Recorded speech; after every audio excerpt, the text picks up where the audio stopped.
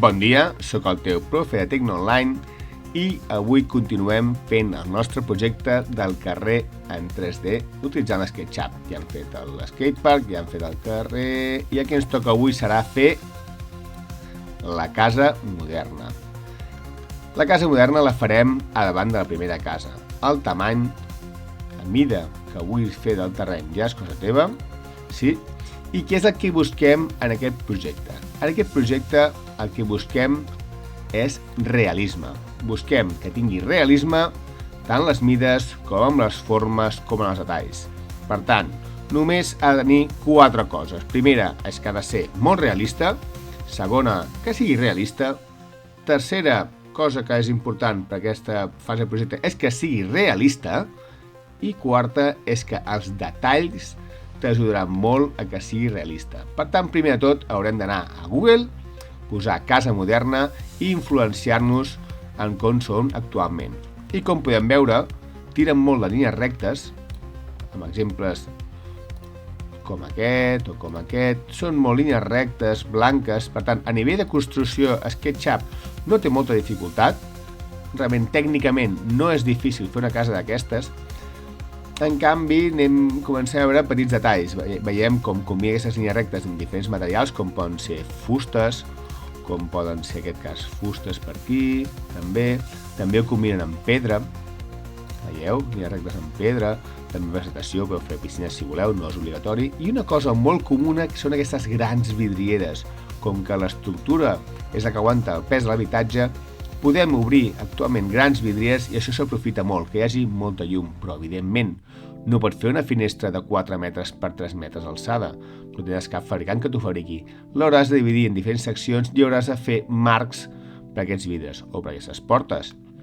Veiem diferents exemples aquí també. Per tant, sí que fem molt grans vidrieres, però evidentment cada vidre ha de tenir el seu marc i que es vegi bé, perquè busquem realisme. Veiem també altres exemples. Altres coses importants. Molts cops veurem que fan aquests espais volats, tant per guardar-hi cotxes o per fer-hi terrasses, com aquesta, però també ens haurem de fixar que no siguin exageradament grans, perquè si no es caurien. Per exemple, en aquest cas és molt gran, però sí que té aquí una gran paret mestra amb unes grans bigues que ens aguanten tota aquesta part volada. Per exemple, aquest primer exemple també té aquesta part volada, sí, però aquí ja t'he ficat un pilar, sí, que t'aguanta aquesta part d'aquí sobre. Per tant, hem de també tenir en compte aquestes coses a nivell arquitectònic. Per exemple, aquí sí que sembla que tingui una gran part volada, però sí que té pilars que t'ho van aguantant per tot arreu. Per tant, tinguem també en compte aquesta part arquitectònica. També podem fer cas d'aquestes corbades, que són bastant més difícils de fer, però també al final serà el mateix. Línies en aquest cas no són rectes, són corbades, combinant diferents materials i grans vidrieres. Aquí seria un exemple d'aquest tipus també d'arquitectura moderna, un pèl més difícil de fer. Aquí també hi ha aquests exemples de grans porxades, però no s'han deixat de posar-hi pilars perquè s'aguanti, si no la casa s'aniria al terra. Llavors, mirem imatges anys anteriors. Veiem aquesta imatge d'aquest alumne en què va fer la casa a diferents nivells, perquè aquí hi havia el carrer i baixava un nivell per al pàrquing del cotxe i més avall i tenia la zona del jardí amb la piscina, etc. Veiem que les hamaques les va fer ell, no les va importar. Molt de compte, recordeu, en importar objectes que pesin molt que després no tenia bé. Un exemple d'aquestes cases corbades, sí que va fer aquesta forma, potser sí que li faria una miqueta de detalls.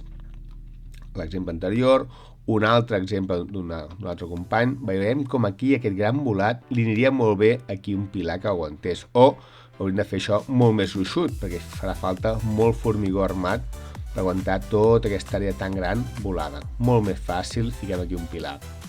Mirem el tema de les proporcions molt ben fetes, aquí els esglaons, molt bé, sí senyor, també les portes, però en canvi si anem aquí dalt al primer pis, veiem que si la barana fa 1 metre, perquè recorda que les mides les tenim totes en el Classroom. Aquí baix tens les mides de tot, per tant, tingueu molt en compte. Mira't les mides de les coses. Ha de ser realista. I veiem que si la barana ha de fer 1 metre, aquesta porta com fa d'alçada. Hi ha un problema de proporcions aquí. En canvi, de resta sí que està bastant bé. Veiem aquesta altra casa, amb molts detalls, aquesta façana potser un pèl fosca, però bé, està molt treballat la resta. Aquesta altra, molt treballada, molt de detall, veiem que ha fet tant els panys d'entrada com l'interfon, etc, la dutxa, etc. La resta veiem que tot ho ha fet ell i això dona molt de valor. És molt millor que facis tu la barbacoa que no pas que la importis. I veiem també com ha fet totes les finestres, amb simetria, amb el seu marc. Bon treball. Altres exemples.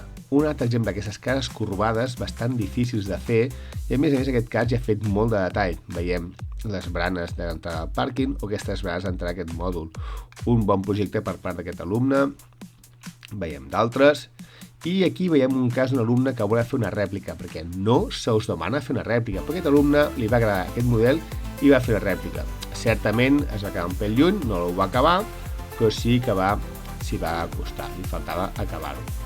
I veiem finalment un altre model d'un altre alumne i anem a fer-ho. Per tant, anem al nostre SketchUp i ara, un cop has agafat influències, perquè no has de fer una rèplica, sinó que has de fer una casa, un disseny propi, doncs si tens una casa que t'agrada, com per exemple aquesta, sí que pots agafar-la i te la pots ficar a l'SketchUp, sí? Per tenir-la com a influència. I si en algun moment vols consultar imatges, per no tornar a buscar, doncs tenies aquí. Pots ficar-te un parell d'imatges, per exemple aquesta i aquesta, i així les tens aquí ràpid per poder-les consultar. Doncs res més, la tècnica la teniu, ja ho veieu, són línies rectes. Aquí el més difícil és mantenir el realisme i els detalls. Per tant, si fas una casa molt gran, seran molts de detalls. Millor fer una cosa continguda, realista i que puguis fer-hi front. Vinga, doncs, endavant!